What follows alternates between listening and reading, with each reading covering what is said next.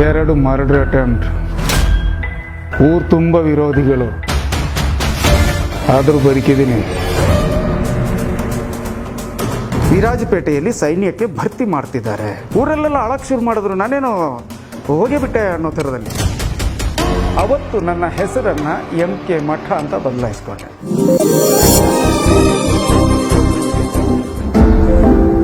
ಪತ್ರಿಕೆಯಲ್ಲಿದ್ದವನು ತಡೆಯೋಕ್ಕಾಗಲಿಲ್ಲ, ಬರೆಯೋಕ್ಕೆ ಶುರು ಮಾಡ್ತಿದ್ದಾಗೆ ಒಬ್ಬರು ನನಗೆ ವಿರೋಧಗಳು ಜಾಸ್ತಿ ಆಗ್ತಾ ಹೋಯಿತು. ಕಾಸರಗೋಡಿಗೆ ಹೋದ ಮೇಲೆ ನಾನು ಇನ್ನಷ್ಟು ತೆರ್ಕೊಳ್ತಾ ಹೋದೆ. ಅಲ್ಲಿ ನನಗೆ ನನ್ನ ಮೊಟ್ಟ ಮೊದಲ ರಂಗಭೂಮಿಯ ಗುರು ಕಾಸರಗೋಡು ಚಿನ್ನ ಅವರ ಪರಿಚಯ ಆಯಿತು.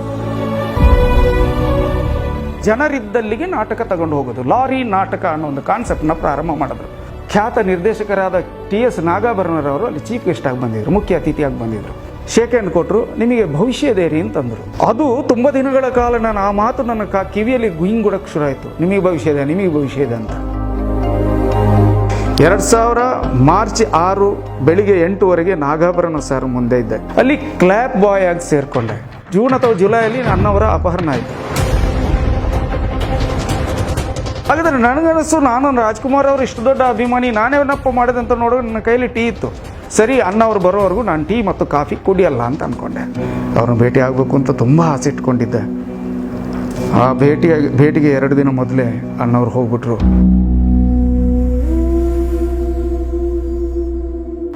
ಆಗ ಡಿಸೈಡ್ ಮಾಡಿದೆ, ನನ್ನ ದೇಹದಲ್ಲಿ ಉಸಿರಿರೋವರೆಗೂ ಇನ್ನು ಮುಂದೆ ನಾನು ಟೀ ಕಾಫಿ ಕುಡಿಯಲ್ಲ, ಬೆಡ್ಡಲ್ಲಿ ಮಲಗಲ್ಲ, ಬಿಸಿ ನೀರು ಸ್ನಾನ ಮಾಡಲ್ಲ ಅಂತ ಡಿಸೈಡ್ ಮಾಡಿದೆ.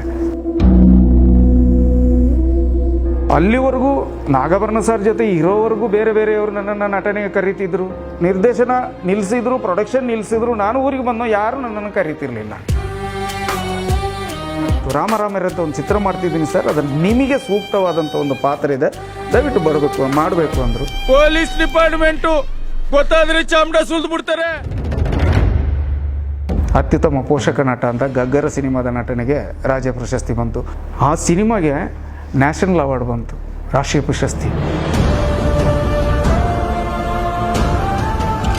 ಅವನಿ ಶ್ರೀಮನ್ನಾರಾಯಣದಲ್ಲಿ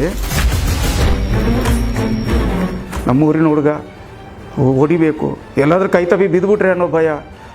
ಇದು ಶರ್ಟ್ ಇಟ್ಕೊಂಡು ಹೇಳಬೇಕು. ಶರ್ಟ್ ಇಟ್ಕೊಳ್ಳೋ ಅವ್ರದ್ದು ಎದೆಯಲ್ಲಿ ನನ್ನ ಥರ ತುಂಬ ಕೂದಲು ಮಠ ಅವರೇ ಮೆಲ್ಲ ಹಿಡೀರಿ ಅಂತಂದು ಮತ್ತೆ ನಾನು ಬಿಟ್ಟು ಶರ್ಟನ್ನು ಇಟ್ಕೊಂಡೆ. ಆ ಪೆಟ್ಟಿಗೆಯಲ್ಲಿ ಬರೀ ಕಲ್ಲಿದೆ, ಲೂಟಿ ಎಲ್ಲಿದೆ ನಾರಾಯಣ? ಬಹುಶಃ ತುಳು ಚಿತ್ರದಲ್ಲಿ ಅಭಿನಯಿಸುವಂಥ ಯೋಗ್ಯತೆ ನನಗಿಲ್ಲ ಅಂತ ತುಳು ಚಿತ್ರರಂಗ ಅಂದ್ಕೊಂಡಿದೆಯೇನೋ ನನಗೆ ಗೊತ್ತಿಲ್ಲ. ತುಂಬ ಜನ ಇವತ್ತು ಹೀರೋಗಳು ಹೀರೋಯಿನ್ಗಳಾಗಿದ್ದಾರೆ. ನನ್ನನ್ನು ನೆನಪು ಅವ್ರು ಇಟ್ಕೊಂಡಿಲ್ಲ, ಅವರೇ ನೆನಪು ನನಗಿದೆ ಅಷ್ಟೇ. ನಾನು ಹೇಗೆ ಅವ್ರನ್ನ ಕರ್ಕೊಂಡು ಬಂದೆ, ಹೇಗೆ ನಟನೆ ಕಲಿಸಿದೆ, ಹೇಗೆ ಅವ್ರ ಮೇಲೆ ಹೋದ್ರು ಅನ್ನೋದು ನನಗೆ ನೆನಪಿದೆ. ಅವರಿಗೆ ಬಹುಶಃ ನನ್ನ ನೆನಪಿಲ್ಲ ಅಂತ ಕಾಣುತ್ತೆ. ನೆನಪಿದ್ದಿದ್ರೆ ನಾನು ಗುಡಿಸಲಲ್ಲಿ ಇರ್ತಿರ್ಲಿಲ್ಲ, ಶೀಟ್ ಆಗಿರೋ ಮನೆಯಲ್ಲಿ ಇರ್ತಿರ್ಲಿಲ್ಲ. ನನ್ನ ಕತೆ ಹೇಳೋದಕ್ಕೆ ನಿಮ್ಮ ಮುಂದೆ ನಾನೇ ಬರ್ತಾ ಇದ್ದೀನಿ. ನಾನು MK ಮಠ, ಉಪ್ಪಿನಂಗಡಿ.